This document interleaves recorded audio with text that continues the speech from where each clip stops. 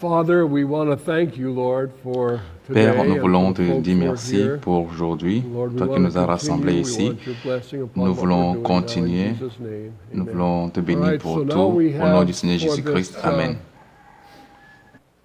struggle that we're Nous in, sommes we dans le have combat. several Dans ce combat, il y a forecasts, biblical les prévisions forecasts. The bibliques. struggle is going to continue La to lutte the va end. continuer jusqu'à la fin. In 1 Et Peter dans 1, 1 Pierre 6 and chapitre 7, 1 and versets 1 Peter 6 4, à 12, 7 et we have the chapitre 4 et word that 12, the on fiery parle des trials are to épreuves, try us. de la fournée des épreuves.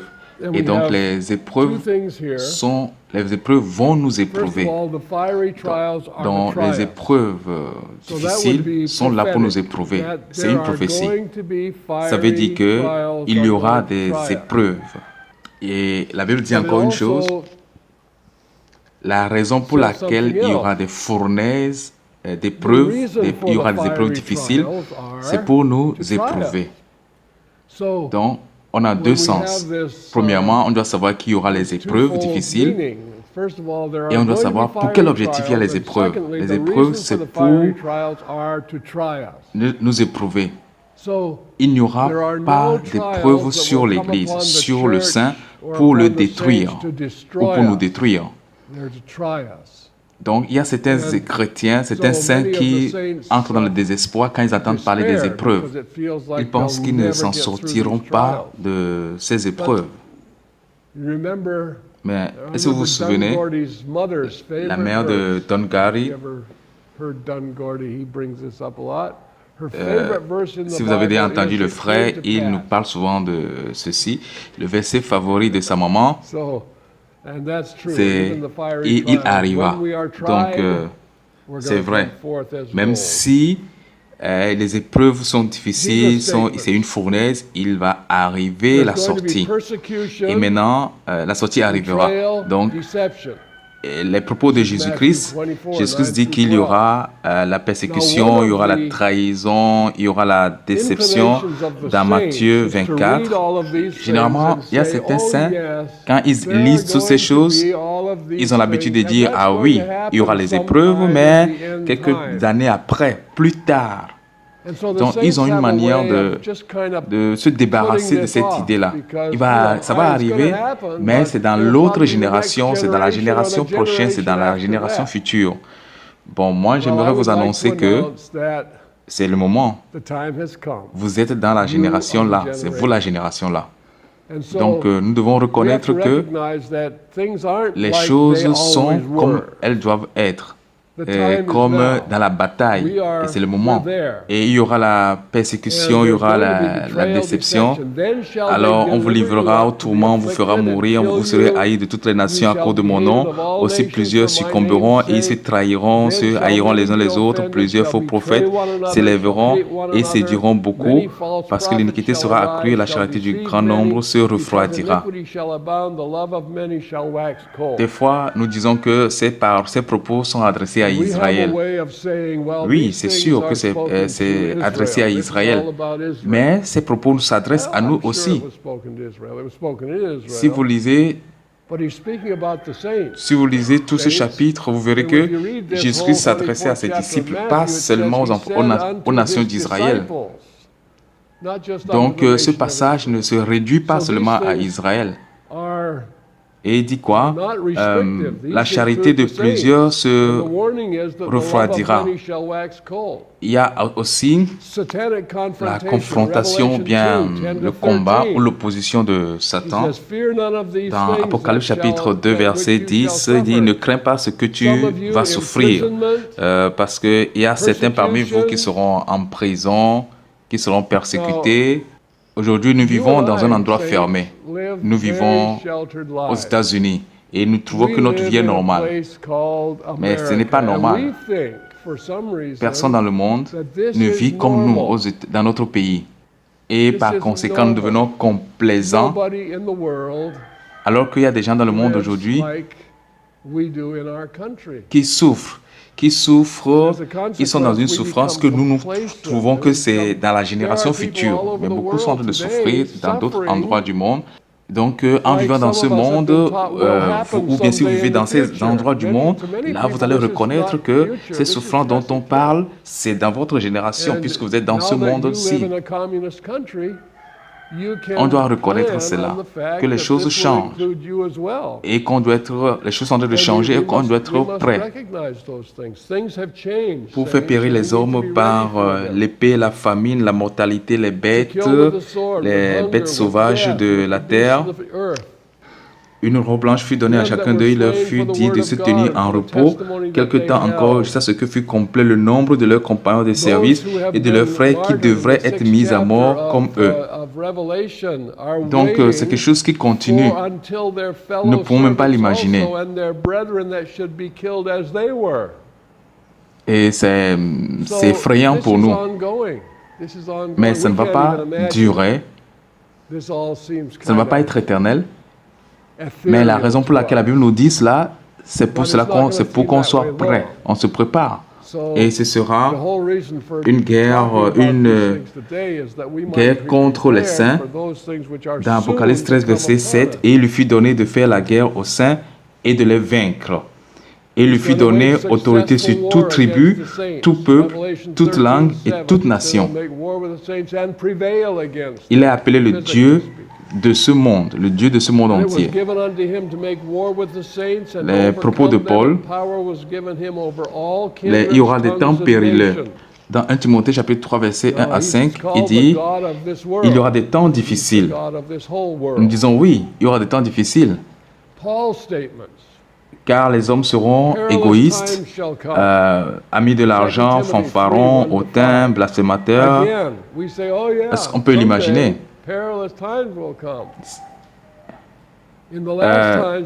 Aujourd'hui, c'est ce qu'on enseigne partout dans le monde. On enseigne à l'homme à être égoïste, la confiance de soi, la maîtrise de soi, tout est centralisé sur l'homme aujourd'hui. Verset 3, insensibles, déloyaux, calomniateurs, intempérants, cruels, ennemis des gens de bien, traîtres, emportés en flux d'orgueil, aimant le plaisir plus que Dieu.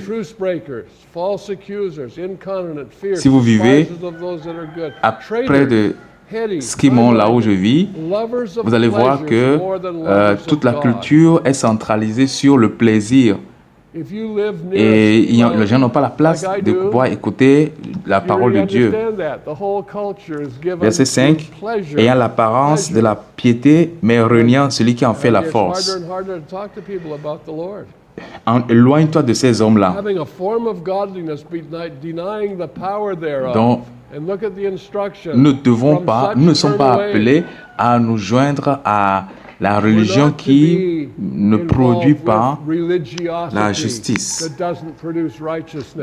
Pas avec une religiosité qui ne produit pas la justice. Nous devons nous en séparer. La doctrine des séductions, la doctrine des démons. C'est pour cela que tout à l'heure, j'ai dit plutôt que nous ne sommes pas ici pour une doctrine de chasser les démons. Donc, il y a l'esprit de séducteur et des doctrines de démons. Dans 1 Timothée 4, versets 1 et 2. Et les activités démoniaques sont plus rusées, plus subtiles que vous ne pourriez l'imaginer. Et il y a beaucoup de choses que nous prenons pour acquis qui sont démoniaques. Mais l'Esprit dit expressément que dans les derniers temps, quelques-uns abandonneront la foi.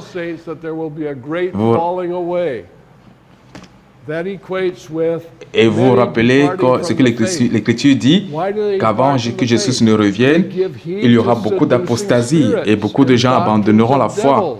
Pourquoi? Pour s'attacher à des esprits de séducteurs et à des doctrines de démons, par l'hypocrisie de faux docteurs. Certains abandonneront la foi. Pourquoi? À cause de l'esprit de séduction et les doctrines des démons. Donc, on doit faire attention parce que nous sommes dans le temps de déception. Faites attention aux nouveaux mouvements. Dans notre pays, il y a beaucoup de nouveaux mouvements qui naissent. Et parmi ces nouveaux mouvements, il y en a qui sont bons, il y en a qui sont mauvais. Et les choses qui continuent aujourd'hui, aujourd'hui nous sommes dans l'ère des méga-églises. Et j'aimerais dire ceci, il n'y a pas de méga-église. Il y a des méga-organisations soi-disant églises. L'église, c'est l'église. Et l'église n'est pas une organisation. Et la plupart des vraies assemblées de Dieu, des vraies églises, oui, vraies assemblées de Dieu sont petites en taille. Parce que les choses de Dieu n'attirent pas la foule. Vous vous souvenez, Jésus-Christ a guéri, nourri les gens et beaucoup l'ont suivi. Et dans l'évangile de Jean, Jésus a nourri plutôt 5000 hommes et après il leur a dit, il faut manger ma chair. Et cette église de 5000 personnes s'est dissipée et il est resté 12 personnes à côté de Jésus. Jésus est un prédicateur excellent qui, suite à sa prédication, 5000 personnes ont disparu, sont parties. Aujourd'hui, nous courons après les nombres. Si vous courez après les nombres, vous êtes dans la déception. Donc, il faut faire attention aux nouveaux mouvements. Il faut aussi faire attention aux nouvelles traductions bibliques. Maintenant, je vois certaines choses qui viennent des nouvelles traductions. Mais il y a des gens qui me disent, bien, moi quand je lis, quelle que soit la Bible que je lis, quelle que soit la traduction que je lis, moi je comprends la même chose. C'est vrai, parce que vous êtes déjà habitué à la lecture de la Bible et donc vous pouvez lire et comprendre la même chose, quelle que soit la traduction. Mais si vous étiez un faux docteur, un faux enseignant, vous pourrez prendre une traduction et de cette traduction, vous pouvez former un message erroné parce que les mots-clés qu'il faut sont enlevés dans certaines nouvelles traductions. Et vous pourrez maintenant déformer la parole et convaincre les gens. Donc, si vous êtes chrétien, vous prenez n'importe quel verset, n'importe quelle version, vous allez voir la même chose, ce que Dieu dit. Mais si vous voulez vous baser sur les nouvelles traductions, si vous prenez une nouvelle traduction et vous voulez, avec cette nouvelle traduction, réfuter certaines hérésies aujourd'hui, vous aurez des difficultés parce qu'il y a des mots-clés qui ne sont pas qu'on ne retrouve pas dans cette nouvelle traduction. Donc, il faut faire attention aux nouvelles traductions. Nous reconnaissons que Dieu nous a donné les Écritures, les paroles reçues, c'est-à-dire la majorité des paroles qui disent la même chose et qui ont été rassemblées dans la Bible sont les bases de la vraie traduction. En dehors de ça, il faut faire attention aux autres traductions, nouvelles versions. Faites attention à cela. Toute fausse religion de notre époque ou des époques passées sont basées sur une visitation divine. Et Jésus-Christ nous a avertis là-dessus dans Matthieu 24. Il a dit, beaucoup viendront en mon nom et diront que je suis le Christ. La vérité est que il y a eu plusieurs faux prophètes avant Jésus, il y a eu plusieurs faux prophètes avant Jésus. Et rappelons-nous ce que Moïse dit. Ça, c'est dans l'Ancien Testament. Si parmi vous, un prophète vient, il dit qu'il a fait un songe et il vous a donné un signe, et que ce signe arrive même à s'accomplir en disant, allons auprès d'autres dieux. Donc, il dit, allons vers d'autres dieux, servons-les. Un Dieu que tu ne connais pas. Alors, qu'est-ce que tu dois faire? Tu ne dois pas écouter ce prophète, tu ne dois pas écouter ce songeur, parce que c'est l'Éternel ton Dieu qui te met à l'épreuve pour voir si tu aimes l'Éternel ton Dieu de tout ton cœur, de toute ton âme. Tu dois marcher d'après l'Éternel ton Dieu et le craindre lui seul et garder ses commandements et obéir à ses voies. Et le servir lui seul. Et ce prophète, qu'est-ce qu'il faut faire? Il faut tuer ce prophète. Parce qu'il vous a dit quelque chose qui va vous éloigner de votre Dieu, du Dieu qui vous a sorti du pays d'Égypte et qui vous a racheté hors de la maison de servitude. So what do we learn from that? Il faut avoir confiance en votre Dieu qui vous a fait sortir de l'Égypte. Qu'est-ce que nous apprenons dans cette recommandation? Nous apprenons qu'il y a beaucoup qui prêchent quelque chose qui semble être la parole de Dieu, mais qui nous amène à marcher d'une certaine façon contraire aux Écritures. Cependant, ils vont dire des choses qui vont s'accomplir, des choses vraies qui vont s'accomplir. C'est pour cela que vous et moi, on ne peut rien suivre d'autre que ce qui est centralisé sur la personne de Christ. Le christianisme, c'est une religion très souillée, mais Christ n'est pas souillé. Le christianisme a beaucoup de versions, mais Christ n'a pas beaucoup de versions. Christ est le centre de la foi chrétienne.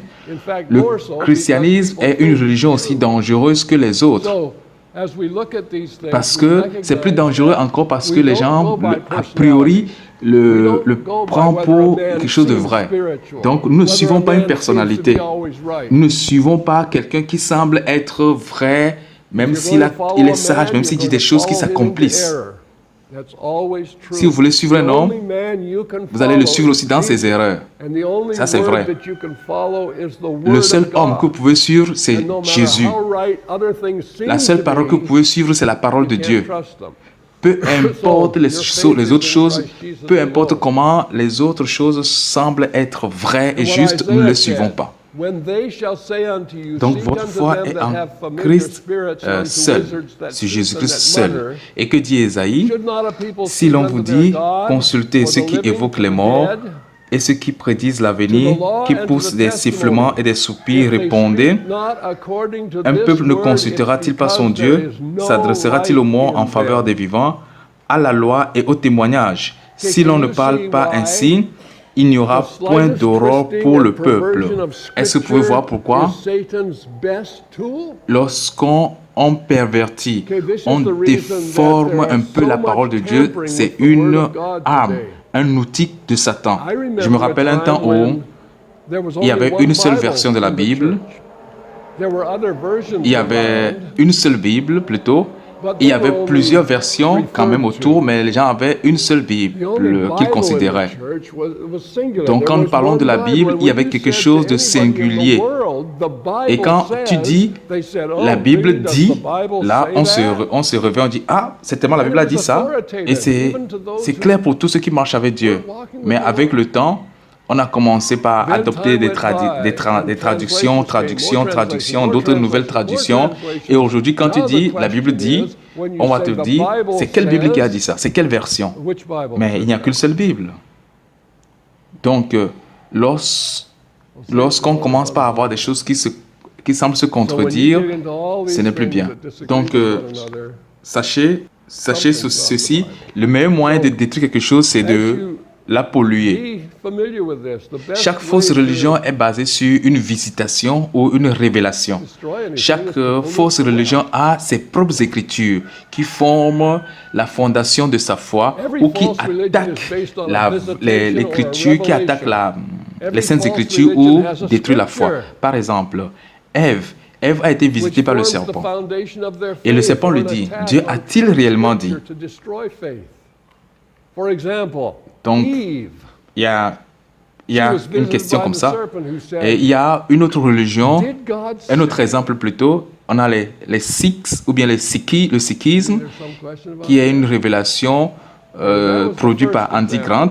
Il y a l'hindouisme de Vedas, il y a le bouddhisme de Sutta Pitaka, il y a l'islam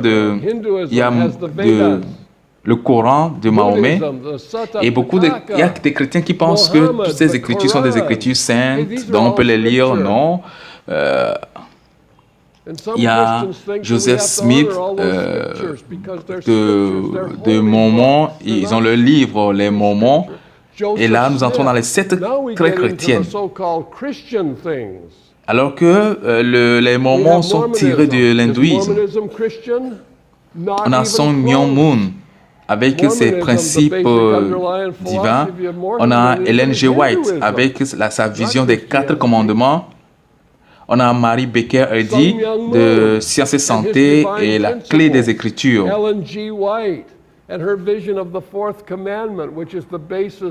Donc, ces nouveaux mouvements, chaque chose, à chaque moment, ils ont leurs propres écritures, ils ont leurs propres révélations. La parole de Dieu, écoutez attentivement, parce que là, c'est très important. C'est quelque chose de très important. C'est que la parole de Dieu est là pour nous donner la révélation de Dieu et non pour justifier notre foi. Lorsque vous allez vers la Bible, pour prouver ce que vous croyez, ce n'est pas pour cela qu'il y a les Écritures.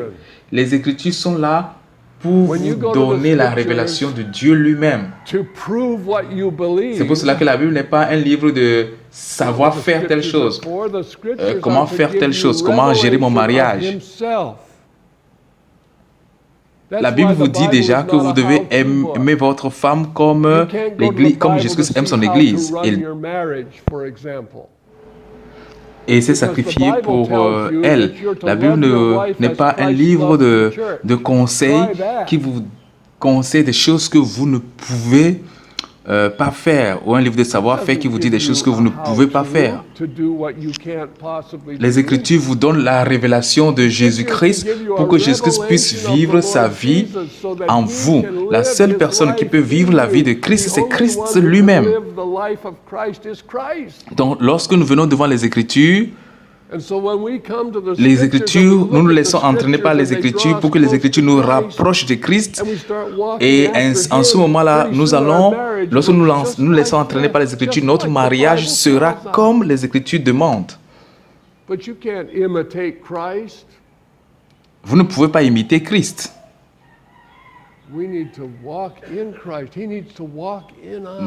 Nous marchons en Christ et Christ doit travailler en nous, doit marcher en nous. Et un point clé de ce combat spirituel, c'est de laisser Jésus-Christ marcher en nous. Donc, la Bible est de vous donner la révélation de Christ, la révélation de Dieu, la tromperie de l'Antichrist. Dans 2 Thessaloniciens, chapitre 2, versets 1 à 12, Paul dit, pour ce qui concerne l'avènement de notre Seigneur Jésus-Christ et notre réunion avec lui, nous vous prions, frères. Paul nous parle de l'avènement de Jésus-Christ et de notre réunion avec lui. Et il dit que personne ne vous séduise d'aucune manière, il faut que l'apostasie soit arrivée auparavant et qu'on ait vu paraître l'homme du péché, le fils de la perdition, qui viendra avec toutes sortes de puissances, de signes, de miracles. Donc, il y a des gens qui sont très trompés et à la fin, ils seront étonnés parce qu'ils ont appris que tout miracle vient de Dieu. Et ce n'est pas vrai. Seuls les miracles qui viennent de Dieu sont de Dieu. Il y a des miracles qui viennent d'autres sources aussi. Et donc, la Bible le dit, Satan viendra avec la puissance des miracles, des signes et des prodiges. Il va montrer les signes, les miracles. Ah, je serai confus. Comment est-ce que je vais pouvoir discerner? Par la parole de Dieu. La parole de Dieu. La parole de Dieu à jamais. Donc, le combat spirituel, c'est une partie du combat spirituel, c'est de connaître la parole, de connaître la vraie parole. Et que dit Pierre? Nous avons les propos de Jésus, les propos de Paul, et maintenant les propos de Pierre. Il dit quoi? Il y aura parmi vous de faux prophètes. Dans 2 Pierre chapitre 2, versets 1 à 3. Il y aura de même parmi vous de faux docteurs qui introduiront les sectes pernicieuses et qui, reniant le maître qui les a rachetés, attireront sur eux une ruine soudaine.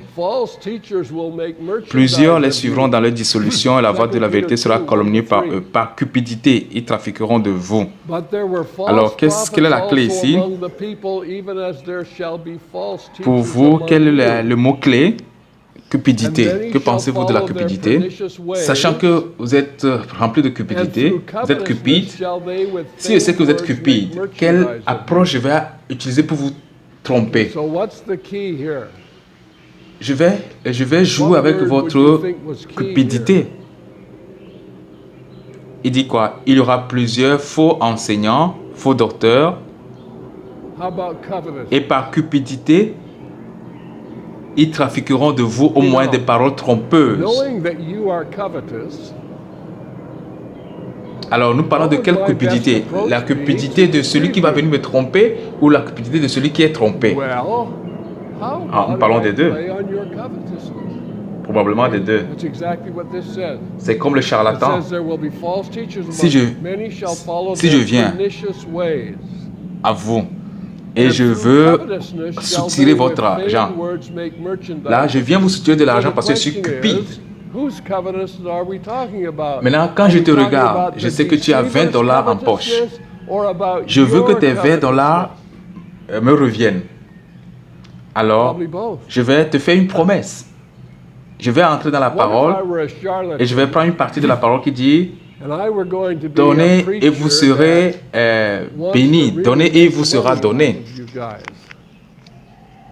On vous mesurera avec la mesure dont vous serez servi et on ajoutera pour vous. Donc, si tu me donnes, si tu donnes ces $20 à l'œuvre du Seigneur, parce que le travail que je fais, c'est le travail de Dieu. Donc, si tu me donnes ces $20, Dieu va te bénir au centuple. Alors, tu vas réfléchir, $20 fois 100, $2000. Ok, je vais gagner $2000. Donc, à travers ma cupidité, j'ai joué sur ta cupidité et j'ai trafiqué de toi. Et c'est ce qui se passe aujourd'hui en Afrique. Avec le mouvement mondial de la foi qui se répand partout jusqu'en Afrique, les gens sont enseignés à donner aux prédicateurs et Dieu va leur donner beaucoup d'argent. Et ça détruit l'Église aujourd'hui en Afrique.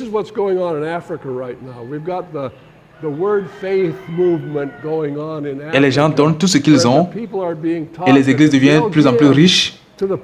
Et les gens deviennent de plus en plus pauvres. Et beaucoup de gens sont découragés de l'évangile. Et c'est ce que Pierre avait prédit que ça va venir. À cause de notre cupidité, les gens vont trafiquer de nous. Et c'est ça la base du socialisme aussi. À travers la cupidité, la convoitise. Donc, il y a l'aspect religieux de cela, du réveil religieux,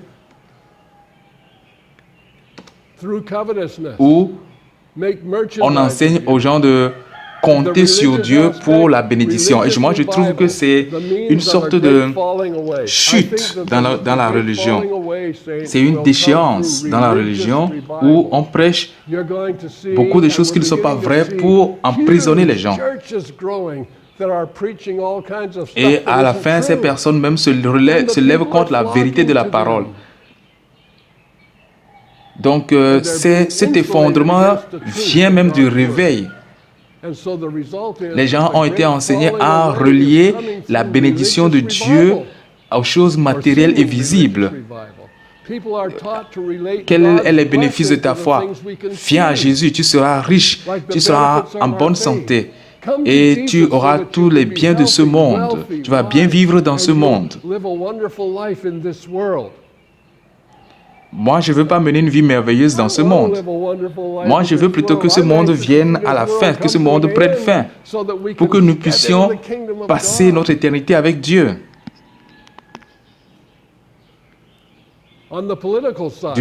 Du côté de la politique, vous voyez déjà,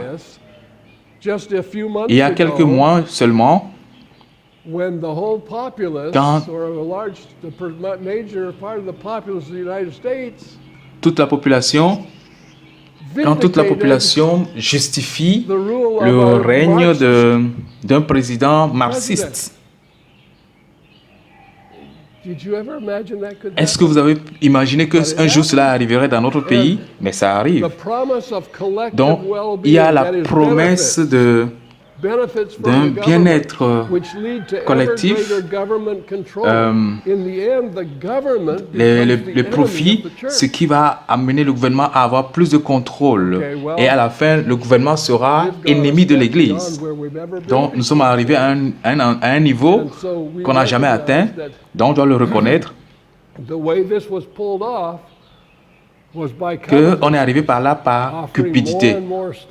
Le gouvernement offre de plus en plus de choses à ceux qui sont prêts à le recevoir.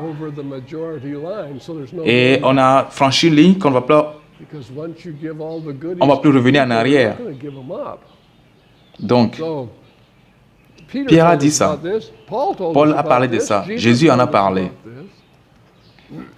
Quelle est la motivation de Satan?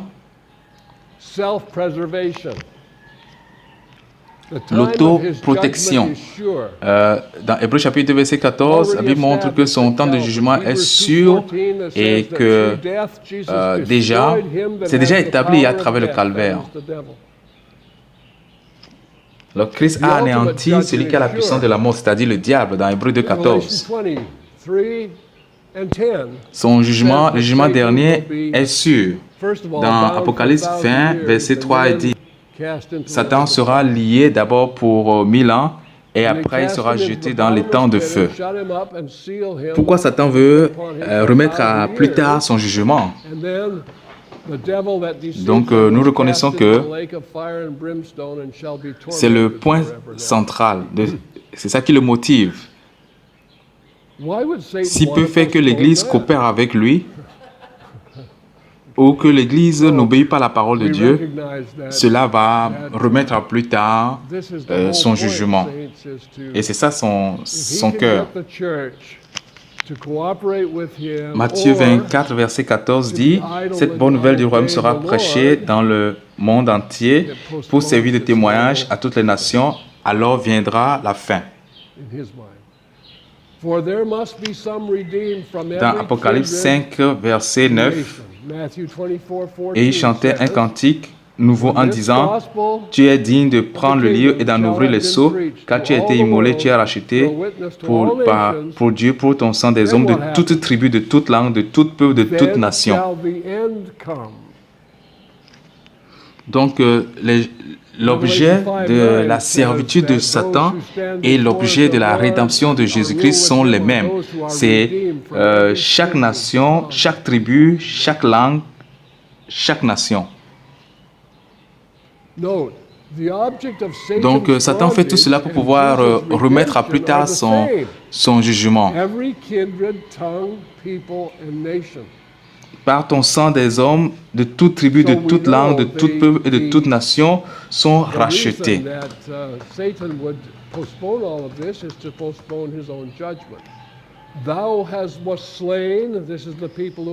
Donc, il a été donné à la bête de faire la guerre aux saints et de les vaincre. Donc, lorsque nous allons dans les nations et que nous prêchons l'Évangile, nous sommes en train de gagner des territoires où Satan a étendu sa domination. Et c'est là le champ de bataille. Nous pensons que, je l'ai dit au début quand on a commencé à parler du combat spirituel, parce que beaucoup de gens considèrent le combat spirituel en termes de chasser les démons. Bien sûr que c'est légitime de chasser les démons. Mais le combat spirituel, c'est à une échelle plus grande. Et parce que Satan gagne du terrain d'une manière subtile par ruse, et ce n'est pas d'une manière spectaculaire.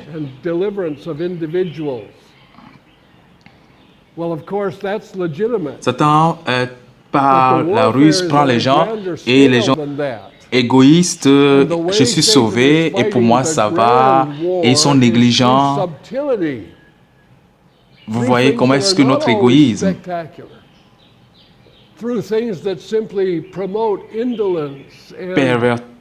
pervertit notre relation avec Christ.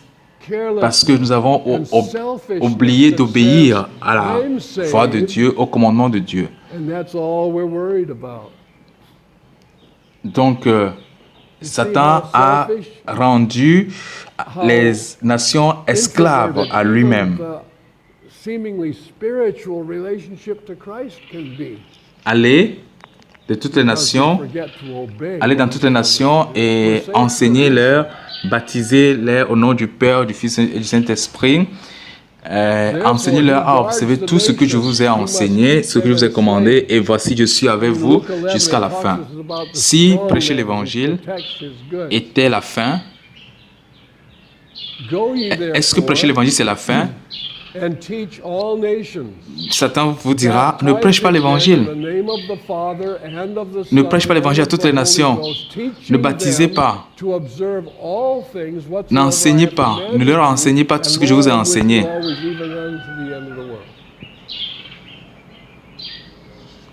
Et beaucoup de saints aujourd'hui disent, ah oui, c'est ce que je fais. Je ne prêche pas l'évangile. Je n'enseigne pas les nations. Je ne baptise pas. Je n'enseigne pas aux saints d'observer tout ce que Jésus a enseigné. Et Satan dira, ah oui, mon fidèle serviteur. Et ça, c'est un problème. Les saints, c'est un très grand problème.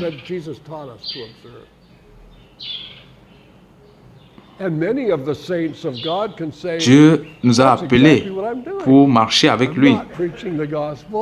Donc on doit enseigner tout cela, on ne doit pas seulement s'arrêter au niveau de prêcher l'évangile. Donc il y a une coordination entre prêcher la parole, entre atteindre les nations et la fin.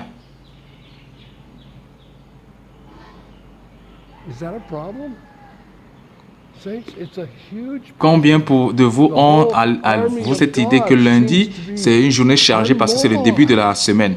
Et mercredi, c'est une journée de pause parce qu'on a déjà fait la grande partie de la semaine.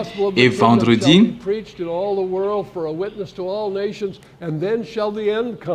ah, Dieu merci, on est arrivé à vendredi. Pourquoi? Parce que demain, c'est samedi, on ne travaille pas. Demain, on peut se reposer. Donc, on a déjà cette idée de la semaine. Donc,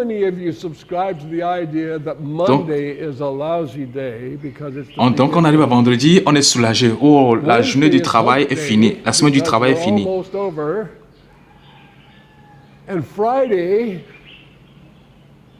Donc, le chrétien doit avoir ce cœur que allons vers la fin. Allons jusqu'aux nations. Et c'est la Bible dit que c'est lorsque l'évangile aura atteint toutes les nations que viendra la fin.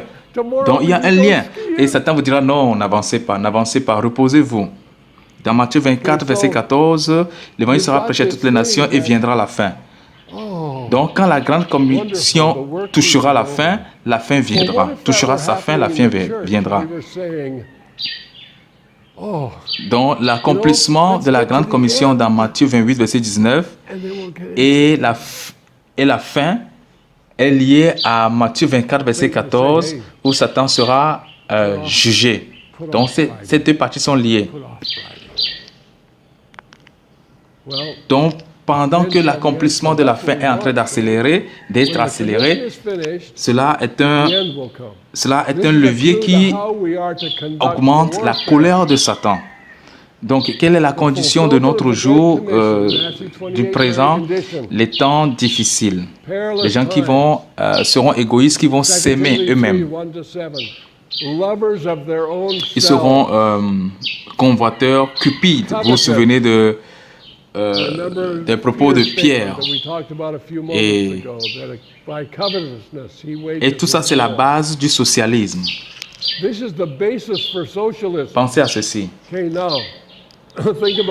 Certains disent que nous, les chrétiens, on ne doit pas s'investir dans la politique. Je le crois. Je crois que la politique, c'est la méthode de ce monde. Cependant, ce qui se passe dans le monde est un indicateur de ce qui se passe dans le monde spirituel. Donc, Nous n'allons rien changer. Tout le monde entier va se placer sous le gouvernement de l'Antichrist un jour. Et ce monde sera socialiste. Pourquoi je le dis?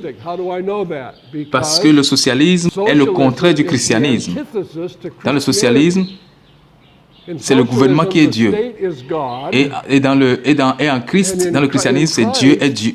C'est Dieu qui est Dieu, c'est Dieu qui pourvoit. C'est Dieu qui pourvoit aux chrétiens, et dans le socialisme, c'est l'État qui pourvoit. Et plus un pays devient socialiste, plus un pays est athée. Et vous pouvez le voir avec les pays communistes. La plupart des pays communistes, ils sont athées. Ils sont athées tous. Pourquoi? Lorsqu'on a la doctrine du marxisme, on enseigne déjà à l'école se lever contre Dieu et on chasse Dieu de notre vie. Et le gouvernement dit, croyez en moi, faites-moi confiance et je vais vous donner de quoi manger. Je vais vous nourrir. Et on voit le nombre de gens qui dépendent du gouvernement pour leur subsistance grandir. Et beaucoup de gens délaissent leur travail parce qu'ils veulent vivre des subventions du gouvernement. Et est-ce que c'est stupide? Non, c'est smart, c'est intelligent. Dépend du gouvernement. Mais ça, c'est une stratégie de Satan dans ce combat. Et c'est ce que beaucoup de personnes ignorent dans l'Église. Donc le socialisme, c'est le contrôle du gouvernement national qui viole les principes de Dieu. Et les principes de Dieu, c'est que nous les hommes, on doit dépendre de Dieu. Mais le socialisme annonce une indépendance de l'homme, de Dieu. Et le gouvernement encourage les gens de ne pas travailler. Qui va payer les factures? Si vous avez pensé à ça? Bien, ceux qui travaillent. Alors, qu'est-ce qu'il faut faire? Qu'est-ce qui est intelligent à faire? Et c'est une boule de neige qui grandit. Donc, ce que la Bible enseigne aux saints, c'est d'être diligent, de travailler de ses propres mains pour pouvoir à ses besoins et aux besoins des autres. Donc, quand on voit ce que Dieu enseigne à l'Église, c'est le contraire de ce que le monde enseigne à ses enfants. Mais on voit les saints qui se joignent au gouvernement, qui se joignent aux principes du gouvernement. Prenons quelques citations des gens qui nous ont précédés. Quel est leur avis sur la question? Des citations venant de nos aïeux. Écoutez ceci. Nos lois et nos institutions doivent être nécessairement fondées sur les enseignements du Rédempteur de l'humanité et les incarner. Ça, c'est de David Joshua Brewer en 1837 et 1910. Seule la religion et la morale peuvent établir les principes sur lesquels la liberté peut s'appuyer en toute sécurité. C'est de John Adams. Le seul fondement d'une constitution libre est la vertu pure. Et si elle ne peut être inspirée à notre peuple dans une plus grande mesure qu'aujourd'hui, il pourra changer de dirigeants et de forme de gouvernement, mais il n'obtiendra pas une liberté durable. C'est toujours de John Adams qu'il a dit le 21 juin 1776. Et parlant de l'adoption de leur nouvelle constitution en 1887 par les 13 États initiaux, Alexander Tyler, professeur à l'université d'Édimbourg en Écosse, a déclaré à propos de la chute de la République athénienne quelques 2000 ans plus tôt, il a dit « Une démocratie est toujours temporaire par nature. Elle ne peut tout simplement pas exister en tant que forme permanente de gouvernement. Une démocratie continuera à exister jusqu'au moment où les votants vont découvrir qu'ils peuvent voter pour eux-mêmes une génération, un don généreux venant du trésor public. with the result that every democracy will finally collapse. À partir de ce moment, la majorité vote toujours pour les candidats qui promettent le plus de bénéfices provenant du trésor public, avec pour résultat que toutes les démocraties finissent par s'effondrer en raison d'une politique fiscale laxiste qui est toujours suivie d'une dictature. L'âge moyen des plus grandes civilisations du monde est d'environ 200 ans.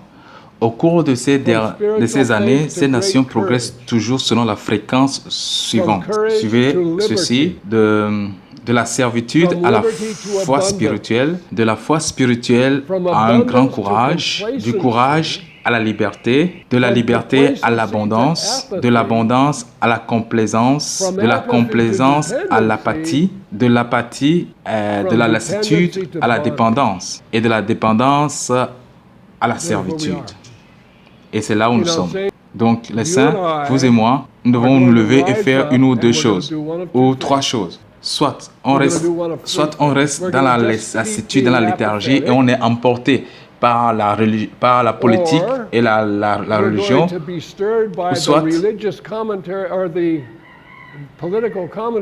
ou soit on réagit et on se rend compte que l'histoire nous montre là où nous sommes.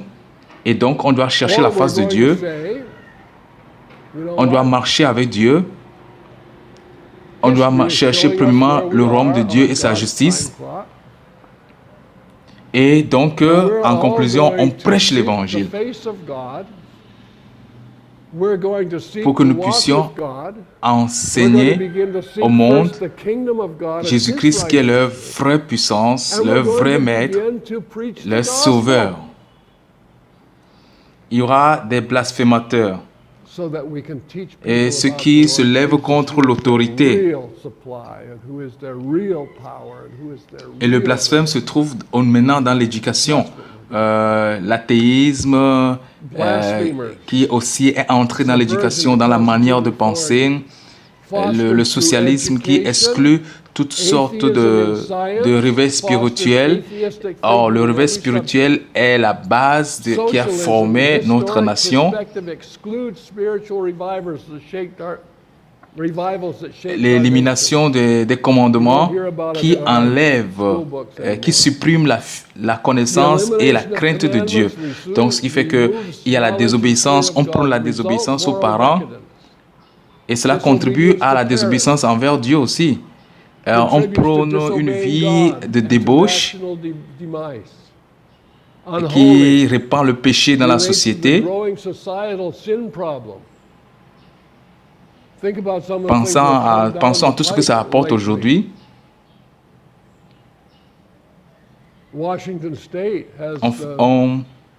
On accueille le mariage entre les homosexuels, l'abus de la drogue. On accueille le nouveau monde. Un monde dans lequel il n'y a pas d'affection naturelle, c'est-à-dire qu'on méprise la vie, on méprise le bien-être des enfants, on fait la promotion de l'homosexualité. On est dans la philosophie de pas d'enfants, on ne fait pas d'enfants. Et ça, c'est très important de nos jours. J'ai écouté des chrétiens dire on ne peut pas supporter d'avoir beaucoup d'enfants. On ne peut pas se permettre d'avoir beaucoup d'enfants. Excusez-moi si c'est votre philosophie aussi, mais je trouve cela stupide.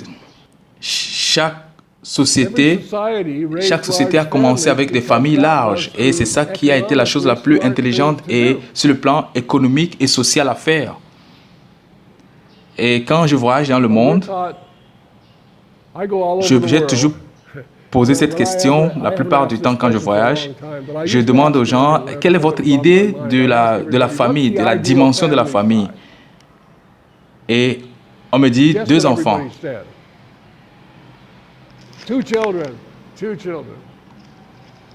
Même sur le point de vue mathématique, c'est stupide.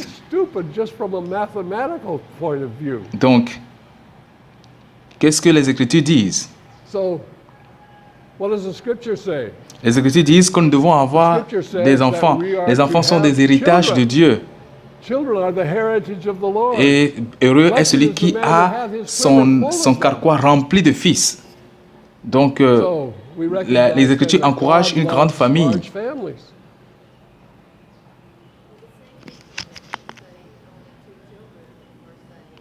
Oui, oui, exactement. Nous devons nous rappeler que nous moissonnons ce que nous avons semé. We have to remember La that société la société qui fait la promotion de l'avortement so the generation that has sera promoted certainement éliminée par l'euthanasie will probably be eliminated et by par les enfants qui n'ont pas pu avorter. by the kids they didn't abort. Donc, ils ne vont pas aller loin. They didn't Ils, go far. ils seront aussi Lovers of pleasure ils s'adonneront more than au lovers of plaisir God. plus que Consequences à la are recherche de subtle and Dieu. significant. We become accustomed to sin. We're speaking about Et donc, the les church conséquences sont here. subtiles We et become accustomed to sin importantes. because it becomes a normal Nous sommes devenus lifestyle. habitués au péché It becomes parce que c'est difficult devenu to see the need une for vie, un repentance style de or vie normal. intercession. Et c'est difficile maintenant de voir le besoin, de ressentir le besoin de repentance ou d'intercession. Et nous sommes fatigués de la lutte continuelle. Et certains disent que je suis très fatigué des choses négatives.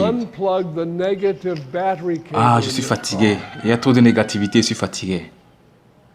Et moi, je dis que il faut aller enlever la batterie, il faut aller enlever le fil sur la partie négative de votre batterie, la batterie qui est dans votre véhicule. Vous avez remarqué que on n'a pas seulement le côté, les choses positives dans la vie. Et le Seigneur nous montre les deux côtés toujours. Et c'est pour que nous soyons avertis. Nous sommes avertis, c'est pour dire que dans cette guerre-là, on ne se démobilise pas. On ne quitte pas cette guerre. On ne se libère pas de cette guerre. On ne se démobilise pas de ce combat. Et les preuves sont là aujourd'hui, le rejet de l'autorité.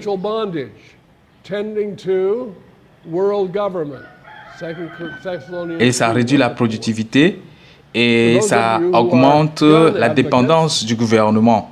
Et donc, on devient esclave de la politique. On devient esclave de la politique, ce qui va amener au gouvernement mondial. Thessaloniciens 2, versets 1 à 4. Pour ceux parmi vous qui aiment les fusils, les armes, nous venons de signer un traité sur les armes. Et par ce traité, ça veut dire que les armes que vous avez aux États-Unis seront contrôlées par Bruxelles. Nous avons signé ce traité. Donc c'est pour dire que le gouvernement mondial est en train de se former. Et la suite, ce sera l'adoration de l'Antichrist. L'adoration de l'Antichrist, et ce sera le dernier effort pour pouvoir supprimer le témoignage de Christ. Donc, on voit que ce combat spirituel, c'est Satan qui se lève contre Christ. Ça a commencé par Satan qui est contre Christ, et ça finit par Satan qui sera toujours contre Christ. Dans la conclusion, il n'y a aucune distinction entre le monde spirituel et le monde séculier comme nous le voyons. Si nous pensons autrement qu'il y a une différence entre le monde spirituel et le monde que nous voyons aujourd'hui, c'est une illusion. Et sachant que notre bataille n'est pas une bataille politique. Et les solutions à ce combat ne sont pas des solutions politiques. Les solutions, c'est Jésus-Christ. La solution, c'est Jésus-Christ. Et tout ce qui se passe dans la politique se révèle le monde dans lequel nous sommes aujourd'hui et ce qui se passe dans le monde spirituel. Donc ne séparez pas le monde aujourd'hui au monde spirituel. Le monde tel que nous le voyons aujourd'hui, le monde spirituel. Je dis souvent aux chrétiens qui me disent que je vis dans le monde réel. Je dois nourrir mes enfants, je dois prendre soin de ma famille. Je dois faire ceci, je dois faire cela. Et je crois, et je leur dis que on doit reconnaître que ce que nous voyons là, ce n'est pas le monde réel. Il doit plutôt dire que je dois travailler tous les jours, je dois faire ci, je dois faire cela. Mais dans le monde réel, Dieu dit, cherchez premièrement le royaume des cieux et sa justice, et toutes ces choses vous seront données par-dessus. Donc, changez votre manière de voir. Les choses que vous voyez sont temporaires. Les choses que vous ne pouvez pas voir, ce sont les choses éternelles. Et ce sont ces choses éternelles que je dis, qui sont vraiment réelles. C'est ça le monde réel. Je veux dire le monde éternel. C'est ça qui existe vraiment. Donc, ne croyons pas que ce que nous voyons aujourd'hui, c'est ça qui est le monde réel parce que c'est éphémère. Alors, nous devons changer notre mentalité, notre manière de penser. Et comment on peut dire autrement, changer de mentalité, changer notre manière de penser, se repentir. C'est le mot qu'il faut. D'accord. Nous allons prendre une pause. Est-ce que vous voulez dire quelque chose avant qu'on ne se sépare? Un frère a posé la question sur l'indépendance, mais je n'ai pas bien suivi. Le volume n'était pas assez fort pour que je suive sa question. Voici la réponse de Dick. Voici la tromperie, la déception. Quand j'étais petit, ma mère était chrétienne et moi j'étais rebelle.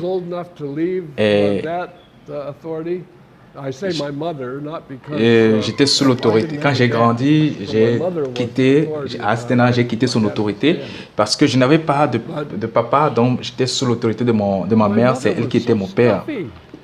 C'est elle qui était l'autorité de ma vie. Mais ma mère était trop étouffante. Elle croit à la justice. Elle nous amenait à l'église dimanche matin et dimanche soir. Oh, c'était terrible. Dimanche, on doit bien se comporter. On doit aller à l'église dimanche matin. On ne peut pas courir dimanche. Si on doit jouer à la table. On doit jouer assis sur la table. On ne doit pas aller courir. C'était terrible. La Bible, la prière. Et moi, j'avais d'autres choses que j'avais envie de faire. J'étais un enfant. Et à 15 ans, j'ai quitté la maison. Et je suis entré dans mon monde, que je trouvais le monde réel.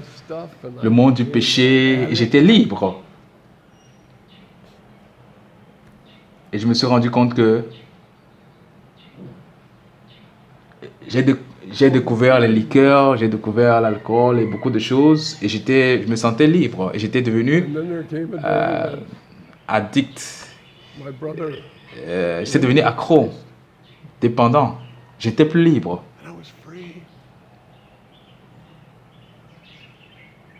Et un jour est arrivé, mon frère m'a conduit à Christ et je suis devenu libre.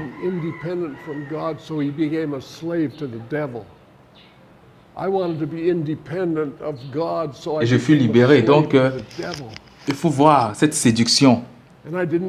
Cette séduction, le monde nous promet une liberté et dans cette liberté, nous devenons esclaves de Satan. Et donc, j'étais indépendant de Dieu et esclave de Satan. Et je ne peux pas être libéré juste si je n'accepte pas d'être esclave de Jésus-Christ. Et c'est ça, là où il y a la tromperie, parce que nous sommes esclaves de quelqu'un, nous sommes esclaves de quelqu'un. Soit nous sommes esclaves de Jésus, et Jésus-Christ est un excellent maître, parce qu'il fait tout pour notre bien. Et il demande juste notre obéissance. Satan aussi demande notre obéissance. Nous lui obéissons et quand nous obéissons à Satan, il nous oppresse, il nous opprime et nous conduit en enfer.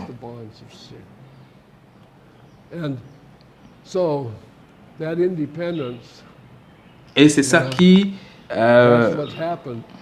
C'est ça qui me dérange aujourd'hui dans le monde évangélique où il parle de la grâce comme une indépendance totale où tu peux faire comme tu veux. Non.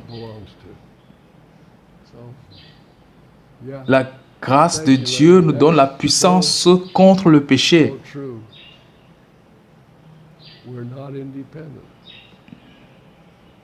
Donc, cette indépendance, c'est ce qui arrive. Le monde aujourd'hui a pris son indépendance de Dieu. Et maintenant, est esclave de qui? Du gouvernement. Ça, c'est le monde de Satan. Et donc, vous savez à qui appartient le gouvernement. Oui. Merci. Merci pour ce que vous venez de dire, c'est très vrai. Nous ne sommes pas indépendants. Soit on dépend de Jésus, soit on dépend d'un tyran. Encore une intervention avant qu'on ne se sépare. Une pause de 5 minutes, on va revenir. 15 minutes, on va revenir.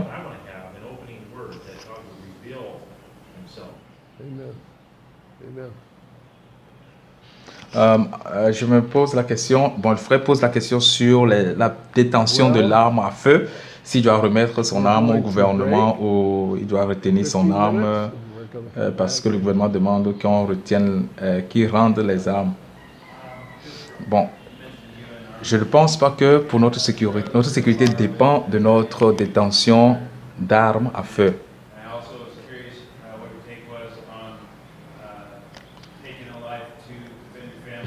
Je pense que la raison pour laquelle le gouvernement demande que vous rendez les armes, c'est pour se protéger. Vous savez que chaque officiel du gouvernement est entouré d'armes, donc c'est pour sa sécurité. Mais nous ne dépendons pas des armes. Jésus a dit à ses disciples,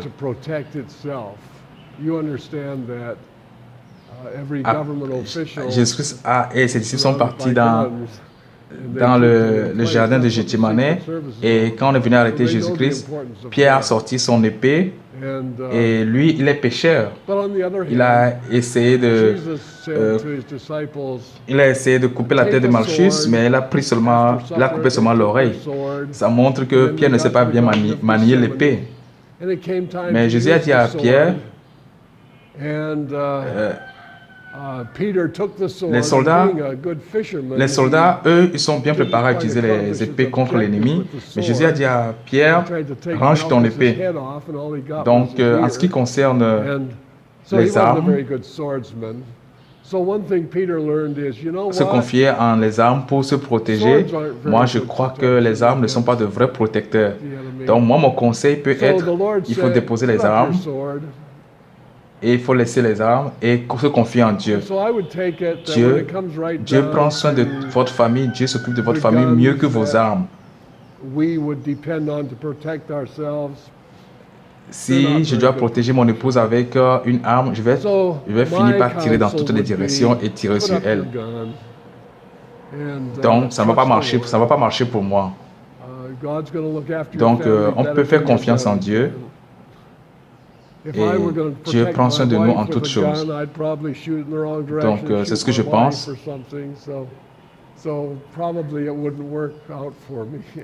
Et une chose que le saint aussi doit reconnaître, c'est que nous n'avons aucun droit, aucun bien. Jésus a tous les droits. Et c'est lui qui doit être notre protecteur. Donc, ne vous inquiétez pas des armes à feu. S'ils veulent venir récupérer les armes, vous leur donnez.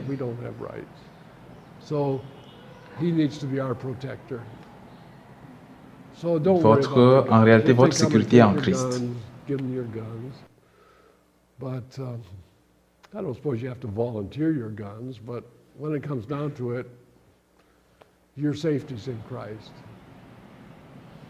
Père, nous voulons confier tout ce que nous venons de dire entre tes Father, mains. we just want to commit everything that's been said Bénis-nous, in this bénis period to you and la ask suite you de in Jesus' name du to bless programme. the rest of our J'ai prié au Seigneur Jésus-Christ. Amen. ministry here today in Jesus' name. Pause.